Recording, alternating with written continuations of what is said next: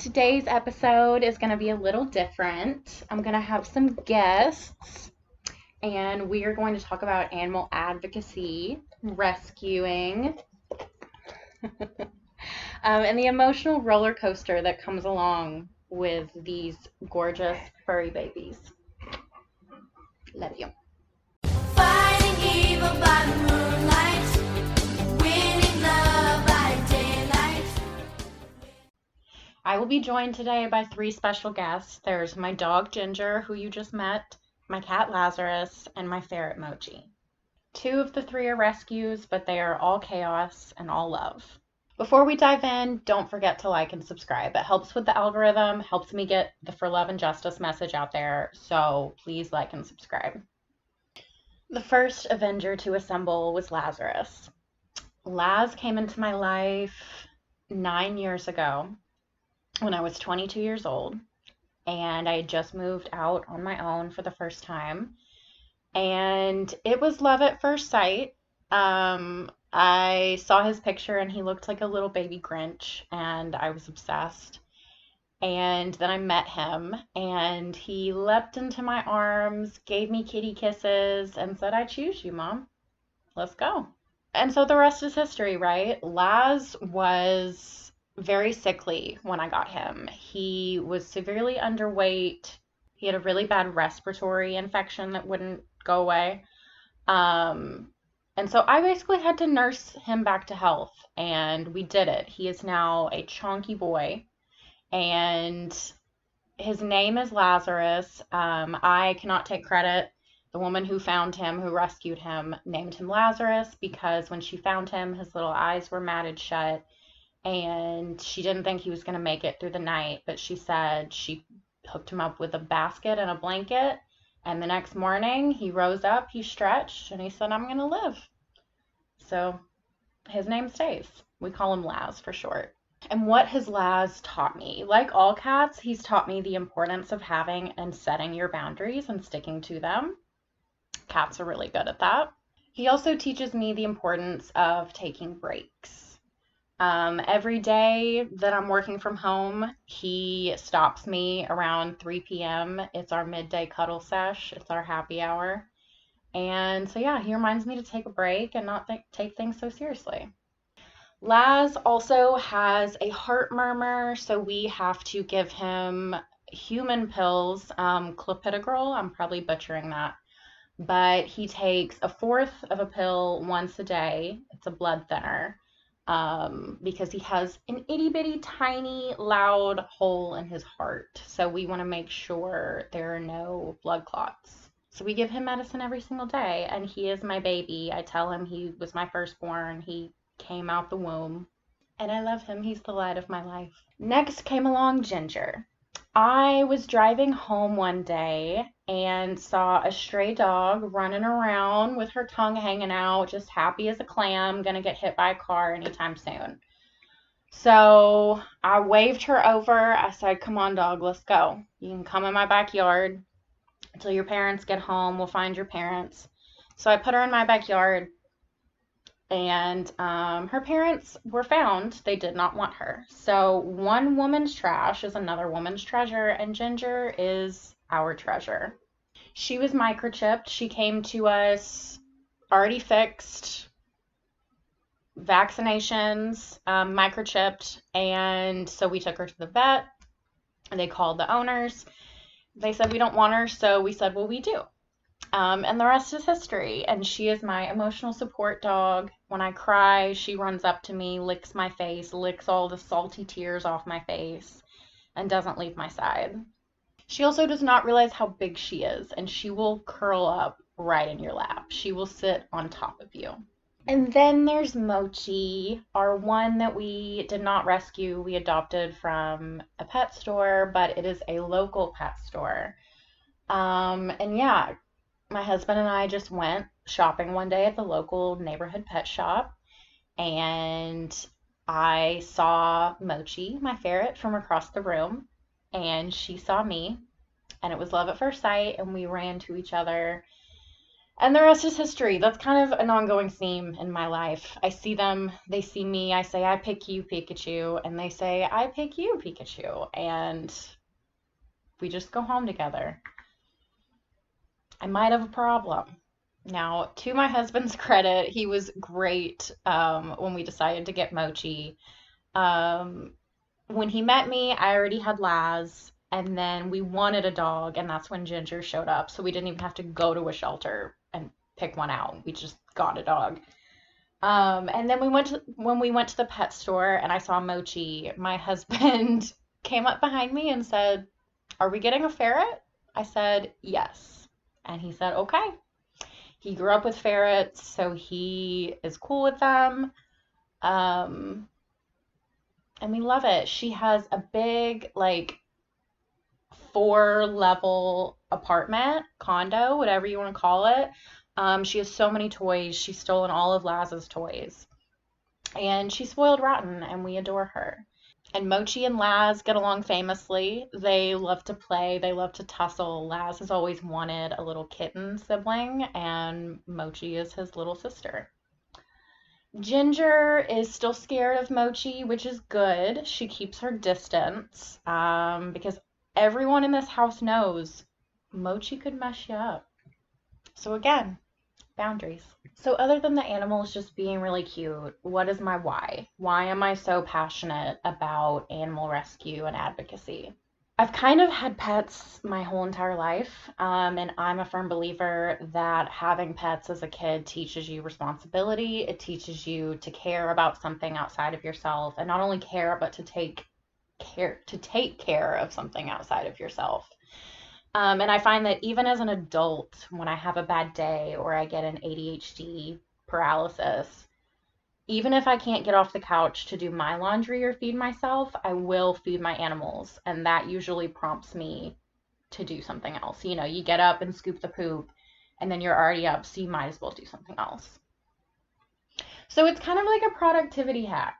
But then they also remind you, hey, chill out, take a break, cuddle me. So it's a good balance. My other reason is animals need advocates. They don't have a voice, so you can be a voice for the voiceless. Some stats and numbers. Approximately 5.8 million dogs and cats entered shelters and rescues across the US in 2024, with an even split between cats and dogs. Adoption rates, out of these 5.8 million dogs and cats, 4.2 million animals were adopted into loving homes, maintaining a consistent adoption rate from the previous year, according to the ASPCA. Sadly, about 607,000 animals were euthanized in shelters in 2024, and while this number represents a 2% decrease from 2023, it still underscores the ongoing need for increased adoption and support for shelters. And on top of that, approximately 916,000 animals were returned to their owners, highlighting the importance of microchipping and community outreach programs. So get those babies microchipped. It's important. They like to go on little adventures, and they might get lost, and they need to find their way back to you. So outside of my personal reasons for adopting, there are more bigger picture reasons to adopt instead of shop. You're saving a life. Millions of animals are euthanized each year due to overcrowding in shelters. Adoption gives an animal a second chance at life. You're also fighting back against puppy mills.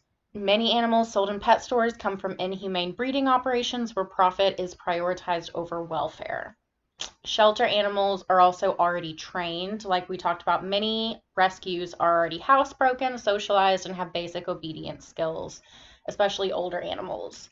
Ginger came to us when she was about a year old, and she was already potty trained. She was housebroken, not socialized. But she was microchipped and she was fixed too. So there was a lot of costs that were not even involved.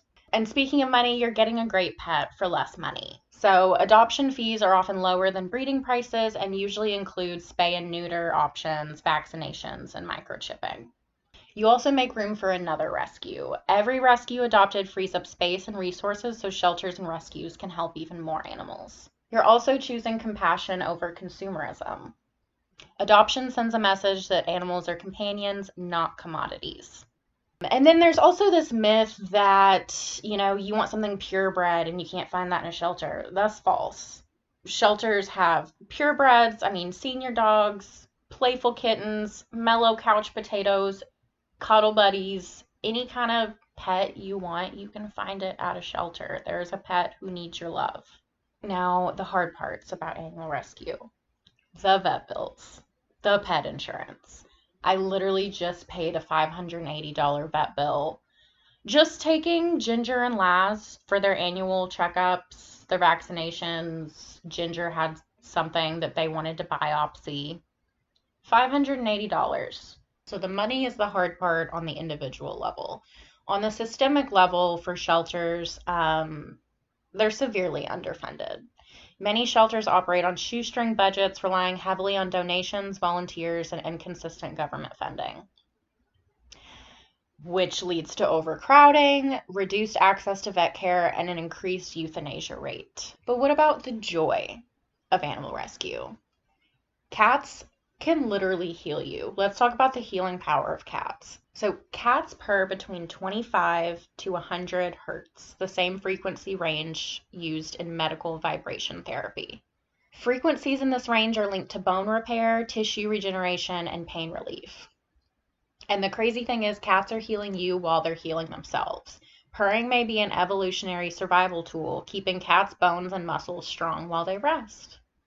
You learn something new every day. So for humans, this purring helps to reduce our stress, anxiety, and blood pressure. It encourages deep, steady breathing, which is helpful for respiratory issues. And it is linked to a 40% lower risk of heart attack in cat owners. That is by a University of Minnesota study. And other than the physical benefits, there's also a meditative quality about snuggling with a cat. The sound has a calming, grounding effect, kind of like if you go to a sound bath. So the next time your cat curls up and purrs on your chest, remember, it's not just love, it's medicine.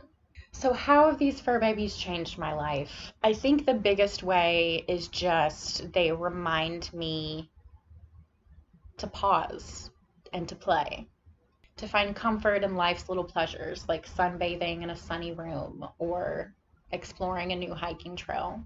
I also want to address some misinformation about difficult animals, like ferrets.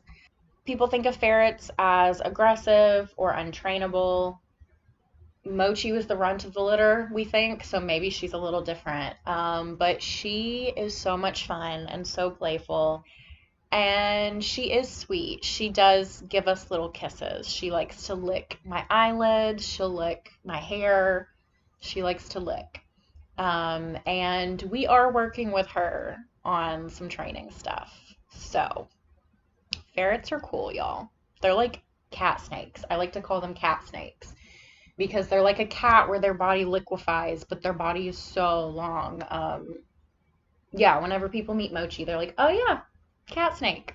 Black cats also have a hard time getting adopted, mostly because of superstitions, which are stupid, but also because they are not photogenic. They have a reputation for not being photogenic. This is a lie.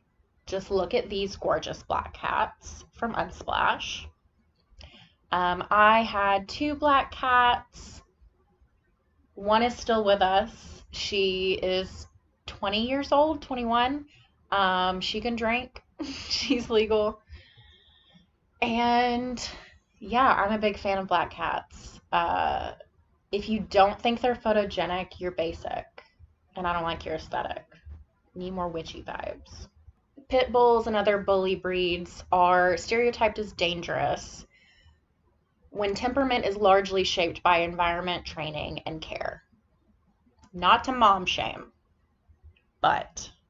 And the media has played quite the role in some of this misinformation. In Arkansas, for example, there was a huge billboard that said pit bulls kill. I saw this billboard, and I hated it.